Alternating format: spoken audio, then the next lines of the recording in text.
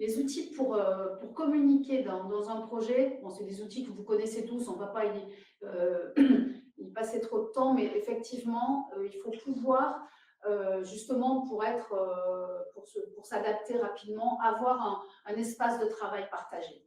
Donc, un drive, un tribu, où chacun va pouvoir contribuer déjà et indiquer ses éléments et que tout le monde puisse participer.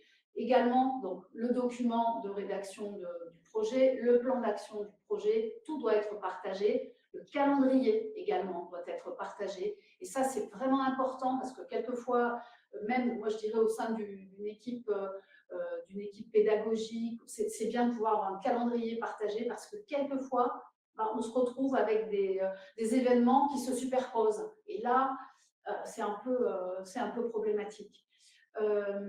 Donc, ce que je disais tout à l'heure des temps de régulation et de concertation. Aussi, un groupe Pronote peut-être ou un groupe WhatsApp, bon, qui n'est pas trop RGPD, peut-être préférer le groupe Pronote, mais quelquefois, quand on fait des projets avec des sorties, avec des élèves, le groupe WhatsApp quand même peut permettre de réagir très rapidement en disant tiens, j'ai un problème, là j'ai rencontré un problème, soit avec un élève, soit dans le déroulé du projet. Comme ça, tout le monde est informé rapidement et on peut réagir. C'est toujours dans l'idée de réagir et d'améliorer. Hein, donc ça doit être des groupes très professionnels, on ne raconte pas sa vie sur ces... Mais c'est on communique sur le projet. Donc, les outils, donc c'est effectivement la rédaction guidée d'un projet. Hein, donc, le projet APS, alors là, si on peut aller voir le projet APS, donc vous allez voir que le projet, et je pense que peut-être vous connaissez tous cette fiche projet bilan. Donc l'idée, c'est de pouvoir donc déjà travailler sur les objectifs, pouvoir travailler en amont sur les objectifs, se mettre d'accord sur les objectifs. Ensuite, donc voilà, se mettre d'accord sur les objectifs, nos critères d'évaluation, avec comment on va faire pour évaluer, qu'est-ce qu'on va évaluer, ça c'est vraiment important de le signaler, les publics ciblés, les moyens de repérage, c'est ce qu'on a vu, finalement on voit comment on est arrivé à définir notre besoin, les modalités organisationnelles, donc emploi du temps, déroulement, lieu, le calendrier, ni plus ni moins, le projet APS reprend tout ce qu'on vient de dire, le nombre prévisionnel de jeunes. Alors, ce qu'il ne prévoit pas en tant que tel, c'est justement des ajustements au cours du projet. Là, on n'a que le bilan. Maintenant, c'est à vous, dans les temps de régulation, de voir comment réadapter le projet si besoin. Donc, alors, les prévisionnels de jeunes, le nombre qualité de l'équipe, justement, cette équipe qu'on doit fédérer, les partenaires associés, voilà, les budgets, euros, HSE, IMP, sachant que, bon, si on est sur des projets APS, on est plutôt sur des HSE. Voilà, le bilan général également, en dehors de tous les...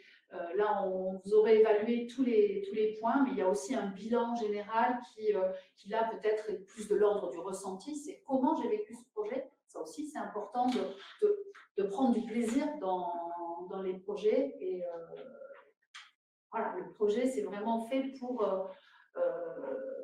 apprendre autrement, pour apprendre, oui, en se faisant plaisir. Je pense que c'est pas un bon mot.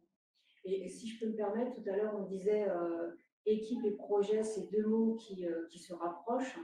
Alors, on peut soit on imagine un projet, on a fait un diagnostic, on imagine un projet et ensuite on recrute, entre guillemets, une équipe, ou on recrute une équipe et on monte un projet.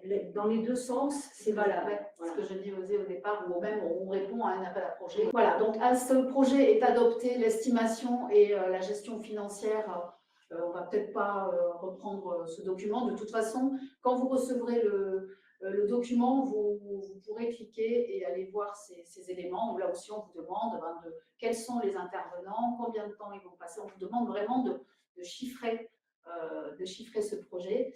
Il y a aussi, il faut savoir que vous avez aussi dans chaque district, on a le réseau focal qui peut vous aider, notamment les coordinatrices conseil et MLDS, qui sont là aussi pour vous accompagner.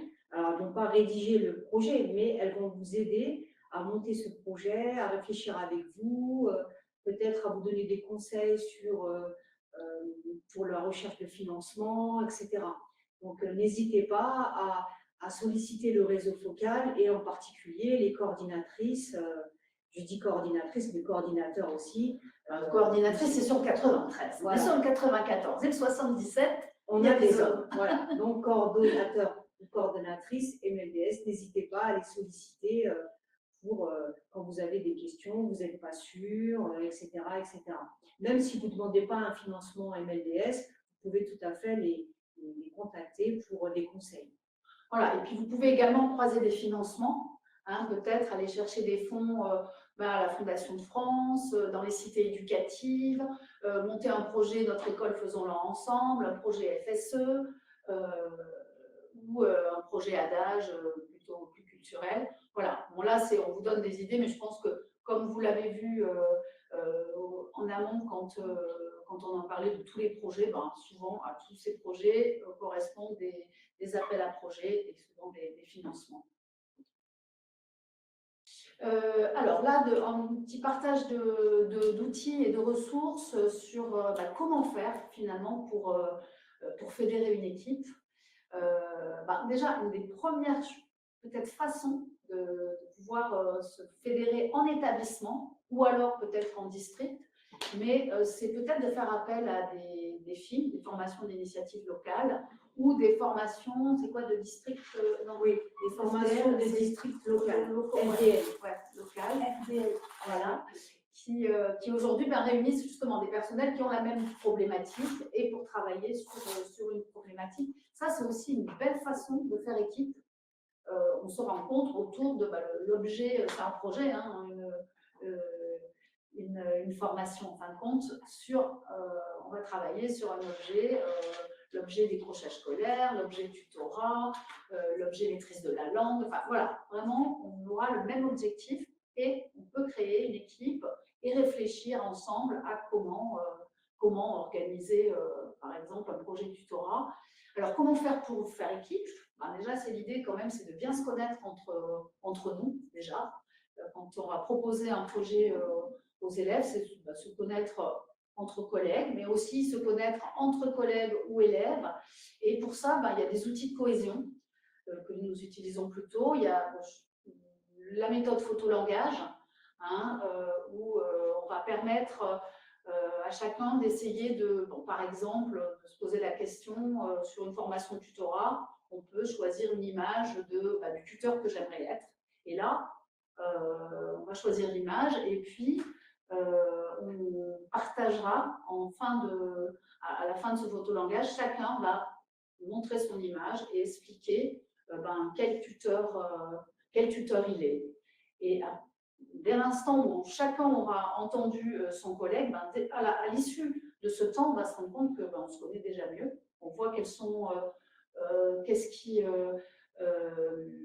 qui anime le collègue, pourquoi il a décidé d'être tuteur, est-ce que c'est les mêmes raisons que moi, peut-être pas. Et là, on se rend compte qu'il y a aussi toutes les personnalités finalement se rencontrent et on se connaît mieux parce que là, c'est vrai que c'est quand même des outils qui permettent de parler de soi. On peut également faire appel au jeu des besoins pour ce projet, de quoi j'ai besoin. Donc là, c'est des cartes besoins. Et là, on voit les besoins de chacun. On peut également, alors ça souvent avec les élèves, peut-être pour bien se connaître en équipe ou entre élèves, faire un CGT.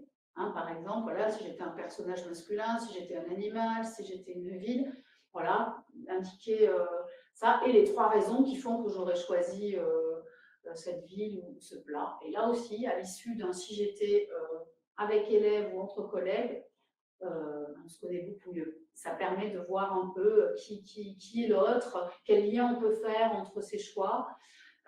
Voilà, le blason également, qui permet de, on se présente avec un blason, qu'est-ce que j'aime faire, qu'est-ce que je sais faire, quelles sont mes compétences, voilà, qui peut m'aider, quels sont les problèmes ou les difficultés que j'observe, avec un blason, voilà, là on se présente. Sur le document que vous recevrez, vous pourrez aller cliquer sur la vidéo pour vous expliquer le photolangage.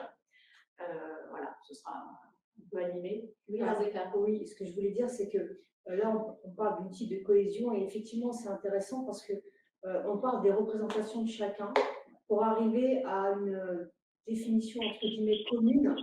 Au moins, on part tous sur le même,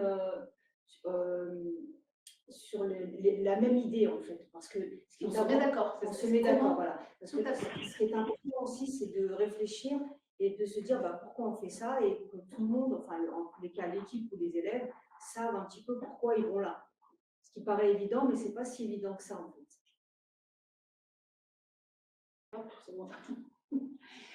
Alors justement, là c'est là-dessus, c'est plus avec ces outils-là peut-être où on va vraiment se mettre d'accord. Là, il y avait l'idée de on se connaît, et là, comment on fait émerger le projet, comment on se met d'accord. Et là aussi, il y a plusieurs outils qui permettent, celui qu'on connaît le mieux, c'est la méthode post-it, où vraiment on va partir de chacun, et ça c'est vraiment important de partir dans un projet, de partir de l'autre. On est chef de projet, mais l'idée, c'est de ne pas imposer son projet. Ça, c'est vraiment pour embarquer les gens, je dis embarquer, pour embarquer les autres, je pense qu'il faut aller les chercher. Il faut partir d'eux, partir de leur représentation, partir de leurs idées. Et donc, voilà, la méthode post-it, c'est un bon modèle. On pose 3 questions peut-être, et chacun répond aux questions. Et ensuite, on met en commun nos post-it et on voit comment, avec les questions de chacun, les représentations de chacun, comment on va pouvoir se mettre d'accord autour du projet. La carte mentale, également, peut être un outil. Ça aussi, je pense que vous l'utilisez beaucoup, beaucoup de professeurs l'utilisent en cours. On va également avoir des outils qu'on appelle des techniques d'idéation, design thinking. La méthode Lego Serious Play est une méthode qu'on utilise. On a une collègue sur l'académie qui est formée à cette méthode et voilà, qui peut, avec elle, on anime des formations et là, ça passe, l'idée passe par le geste et là aussi, on décentre un peu notre idée, mais c'est plus facile souvent d'en parler. Et quelquefois, certains sont plus à l'aise à l'écrit, d'autres plus à l'aise à l'oral, et d'autres aussi peuvent être plus à l'aise dans le geste. Et une fois qu'on a, je dirais, c'est encore un projet, parce que ce qu'on construit avec des Legos, c'est son projet, et on va présenter son projet qui sera passé par le geste. Des outils d'évaluation également, qu'on a l'habitude d'utiliser. Un outil d'évaluation inspiré des 6 chapeaux de Bono. Là aussi, il y aura un renvoi pour vous présenter les chapeaux de Bono de façon plus théorique. Là, c'est un outil d'intelligence collective. C'est comment, ensemble, réfléchir. Alors, on peut s'en servir pour faire un projet, comme on peut s'en servir pour faire un bilan. Nous, c'est vrai que nous l'utilisons pas mal sur le bilan, soit avec des équipes, soit avec des élèves. Et on a gardé 4 chapeaux. On a gardé le chapeau de la réussite. On a interrogé sur qu'est-ce qui a bien marché, quel élément de réussite j'ai noté, en quoi je me suis sentie à l'aise dans ce projet. Le chapeau de la vigilance, qu'est-ce qu'il y a pas, où est-ce que ça a coincé, qu'est-ce qu'il faut repenser. Le chapeau de la créativité, c'est aussi se dire, moi, comment j'aurais aimé que que ce projet soit, et là on est sur une projection, sur peut-être de l'idéalisation, sur de la créativité. Donc on fait des propositions, on donne des idées, peut-être pour un peu changer le projet dans les années à venir. Et le chapeau des besoins, voilà, pour peut-être améliorer ce projet, de quoi on aurait besoin en plus, quelles conditions on pourrait mettre en place pour parvenir à ce que j'ai envie. On peut avoir une grille d'évaluation plus, je dirais, académique, hein, avec un tableau. Voilà, est-ce que j'ai bien identifié les besoins? Est-ce que j'ai bien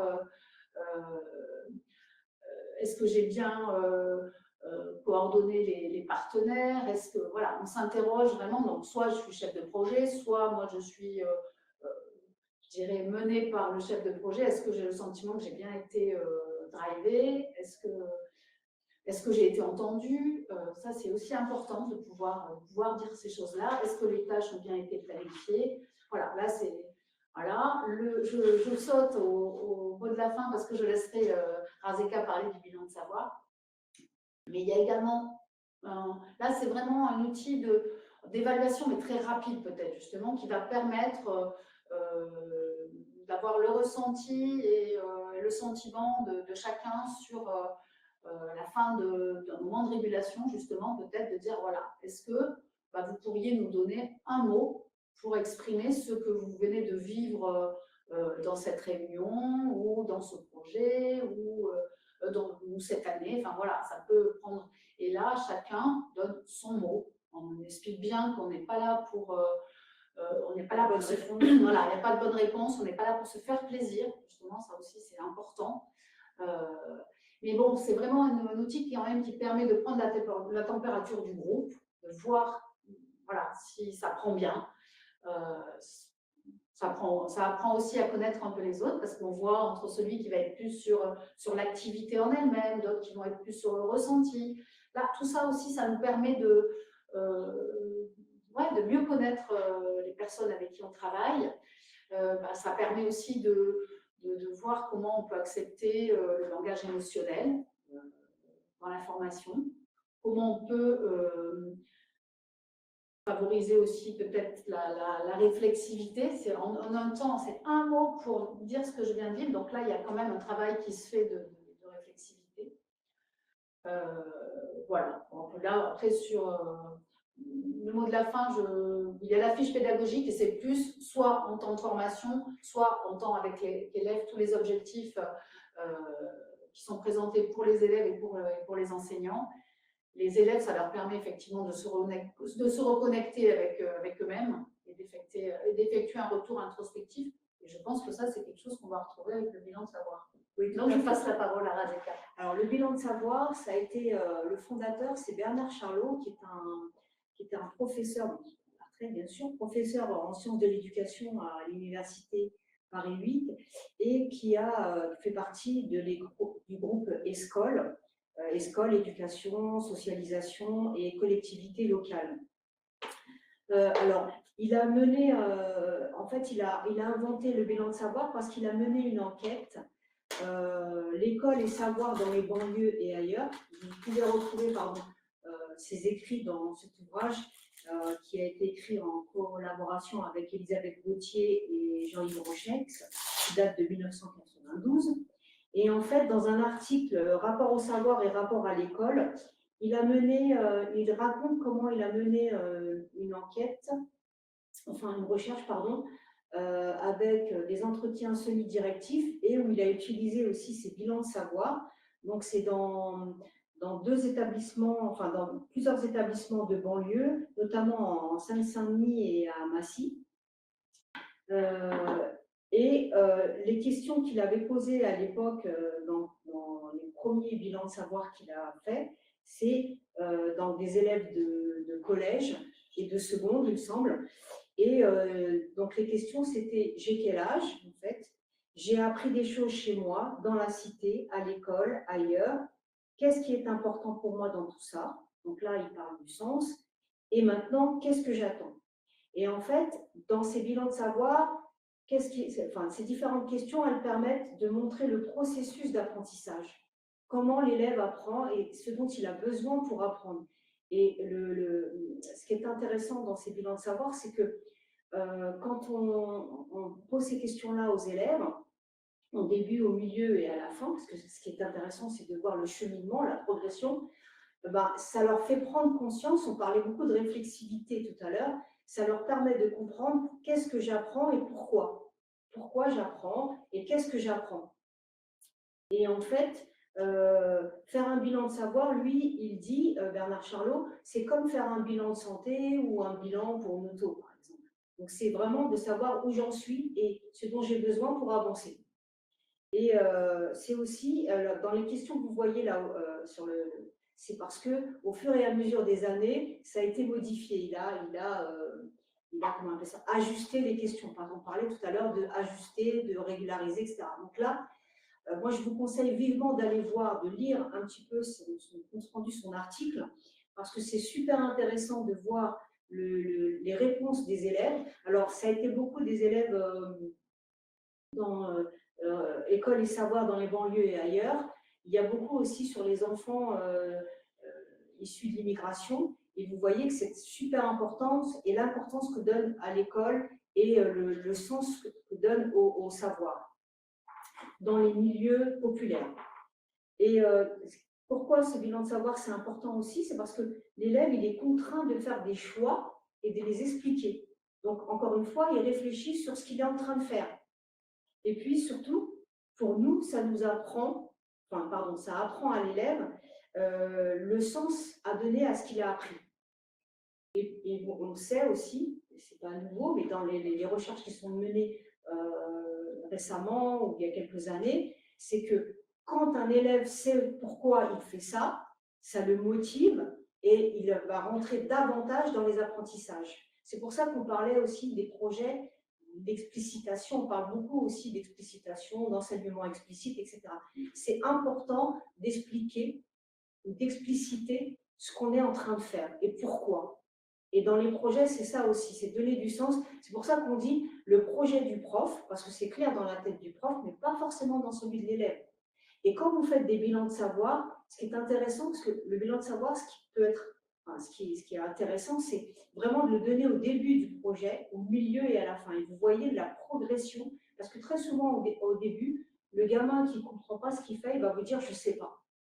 Et au fur et à mesure où on avance, et que le projet est explicite, et surtout quand il y a du concret, quand il y a une production, là, l'élève, il vous dit, à la fin, il vous dit, mais je ne savais pas que j'étais capable de faire ça. Et au milieu, il peut vous dire, bah, par exemple, pour faire une affiche ou pour faire un dossier documentaire, j'ai eu besoin de ça, j'ai été voir avec le professeur documentaliste, etc. J'ai demandé à mes parents. Enfin, c'est hyper, hyper intéressant. Et ça permet aussi de réajuster, de voir un petit peu ce qu'ils n'ont pas compris les élèves. Vous pouvez toujours réajuster et dire, là, peut-être, je n'ai pas été assez explicite, ou là, il n'y a pas de sens à ce qu'ils font. Peut-être, on va revenir là-dessus, on va faire un petit break, et puis utiliser les outils dont vous parlez, Stéphanie, sur où on en est, pourquoi on fait ça, etc. etc. Voilà. Donc, je vous recommande vivement d'aller lire, si vous ne connaissez pas, École et savoir dans les banlieues et ailleurs. Et puis, surtout, l'article de Charlot, Rapport au savoir et rapport à l'école dans 2 collèges de banlieue, article dans la société contemporaine. C'est vraiment très, très intéressant.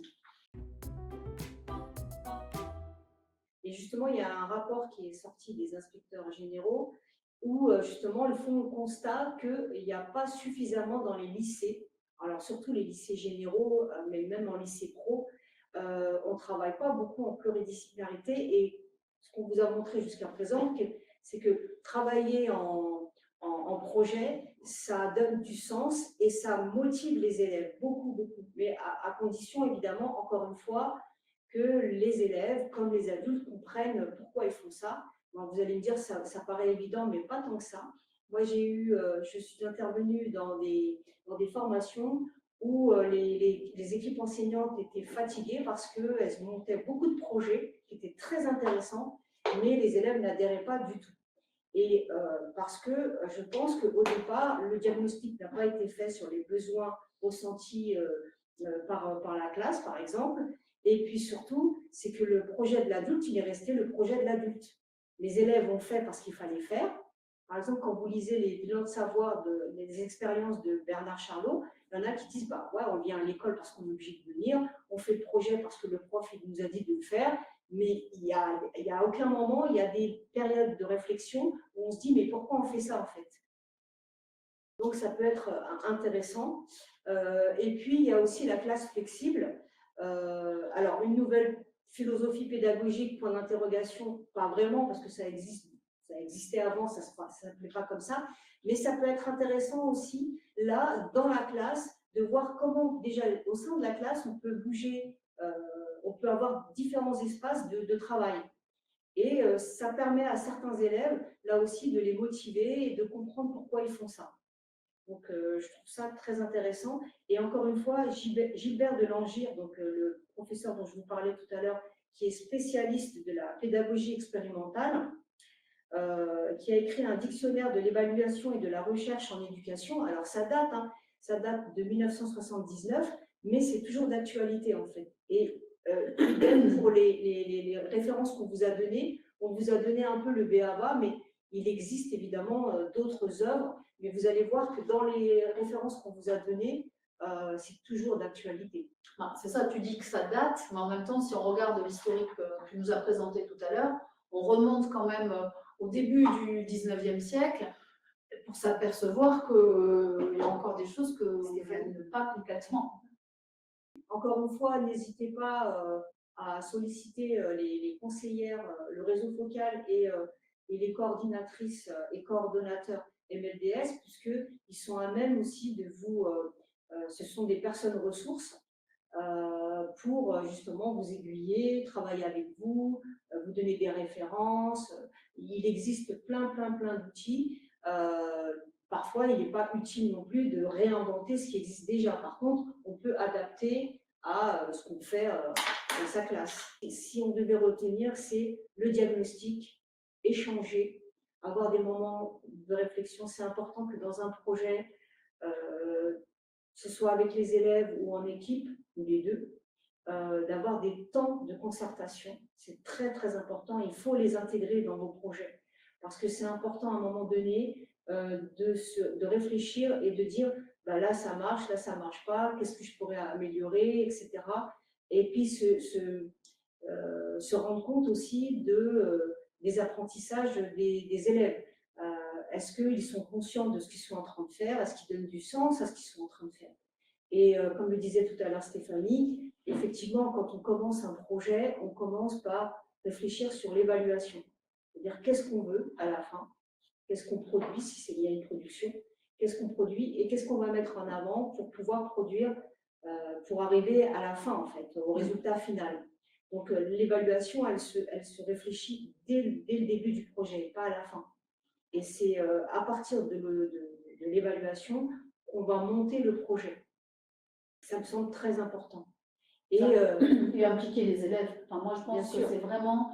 là, tout à l'heure, tu parlais d'interdisciplinarité. Moi, je pense à un projet qui avait été mené une année, qui était d'emmener une classe à Paris. Et c'était une semaine à Paris. Alors là, pour le coup, c'était vraiment en interdisciplinarité, puisque tous les enseignants participaient à cette visite de Paris. Et suivant les